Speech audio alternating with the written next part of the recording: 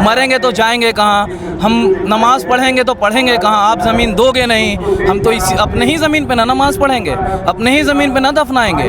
जो वक्फ की संपत्ति है उसका सही इस्तेमाल नहीं हो रहा था, इसलिए हम ये कानून लेकर के आए हैं कि उसका फ़ायदा मुसलमानों को हो सके। आप फंस रहे हैं। अब मुसलमान बर्दाश्त कर रहा है, बर्दाश्त करते करते फट जाएगा, क्या करेगा लास्ट। चाहे जहां भी हमें सर कटाने की ज़रूरत पड़ी तो हम लोग सर कटाएंगे, लेकिन हम अपने जायदाद को, अपने ज़मीन को, अपने वक्त को हम किसी और के हवाले होने नहीं देंगे। कि तादाद हमारी ये दुनिया, ये सरकार भी जान जाएगी। किसानों का बात तुमने माना, ये सरकार मेरा भी बात मान जाएगी। नमस्कार, मैं विपुल और आप देख रहे हैं डेमोक्रेसी एक्सप्रेस। हम अभी राजधानी पटना के गांधी मैदान में हैं, जहां पर इमारते शरिया ने वक्फ कानून को लेकर के एक रैली बुलाई है। वक्फ कानून का विरोध करने के लिए लोग यहां पर इकट्ठा हुए हैं। चिलचिलाती धूप है, फिर भी लोग गांधी मैदान में टिके हुए हैं। आप कहां से आए चाचा? बेगूसराय से। क्या आपका नाम है? सैयद अब्दुल मतीन। किस लिए आए हैं आप? आए हैं इस रैली में शामिल होने के लिए, वक्त को बचाने। ये काला कानून जो हमारी ये मौजूदा हुकूमत जो काला कानून लाया है, ये काला कानून ख़त्म हो, है, इसके लिए इस रैली में यहाँ पर हम शामिल होने आए हैं। ये क्यों लाया, ये आखिर ये हमारे शरीयत पे क्यों हमला कर रहा है? हम हमारा शरिया को, वक्फ बोर्ड को वफ़ किए कि हमारे लिए, अपने कब्रिस्तान के लिए, हम मरेंगे तो जाएंगे कहाँ, हम नमाज़ पढ़ेंगे तो पढ़ेंगे कहाँ, आप ज़मीन दोगे नहीं, हम तो इसी अपने ही ज़मीन पे ना नमाज़ पढ़ेंगे, अपने ही ज़मीन पे ना दफनाएंगे।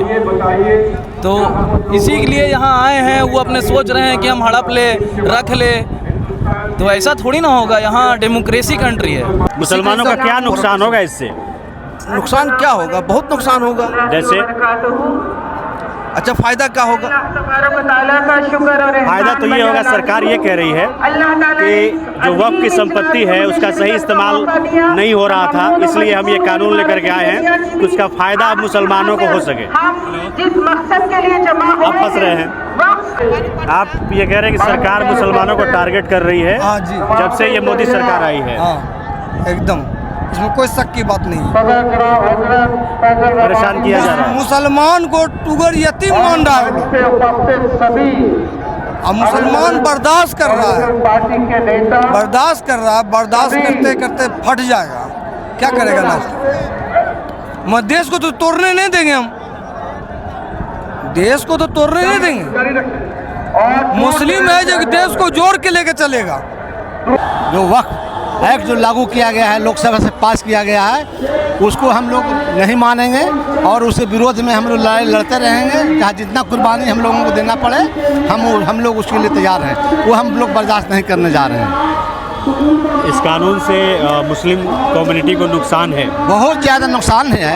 एकदम मतलब मुसलमान को बर्बाद करने के लिए पड़ गया है। कब्रिस्तान का कागज़ खोज रहा है, 300 बरस का कागज़ कहाँ से मिलेगा? कब्रिस्तान, करबला, ये सब सैकड़ों साल, हज़ारों साल से है, और अभी कागज़ मांगा जाएगा तो हम लोग कागज़ कहाँ से देंगे? वो चोर सरकार है, वो हमारे संपत्ति को, हमारे जायदाद और ज़मीन को वो छीननी चाहती है। वो भिखारी सरकार है। चूँकि वक्त का मतलब होता है कि ये दान की हुई ज़मीन है, जो गरीबों के लिए, मजबूरों के लिए, परेशान कुन लोगों के लिए ये ज़मीन अल्लाह के नाम पर हम लोगों ने वक्फ किया है। और ये जो है भिखारियों के खाने की चीज़ है, ये गरीबों और मजबूरों के खाने की चीज़ है। आप ही ज़रा बतलाइए कि ये सरकार क्या भिखारी है? लेकिन हम लोग इसको हरगिज़ नहीं होने देंगे।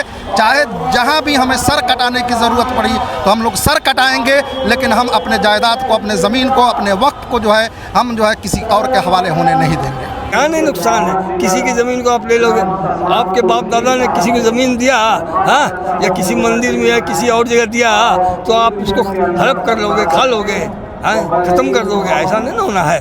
अल्लाह के नाम की जो ज़मीन दिया, मस्जिद, मदरसा, कब्रिस्तान, स्कूल, कॉलेज जो भी दिया, आप इस प्रॉपर्टी को क्यों आप ही करना चाहते हो? हाँ, आप कहते हो वक्फ की ज़मीन को 12 साल रख लेगा तो ये उसको एक कानून भी नहीं हटा पाएगा। ऐसा कौन समझिए है?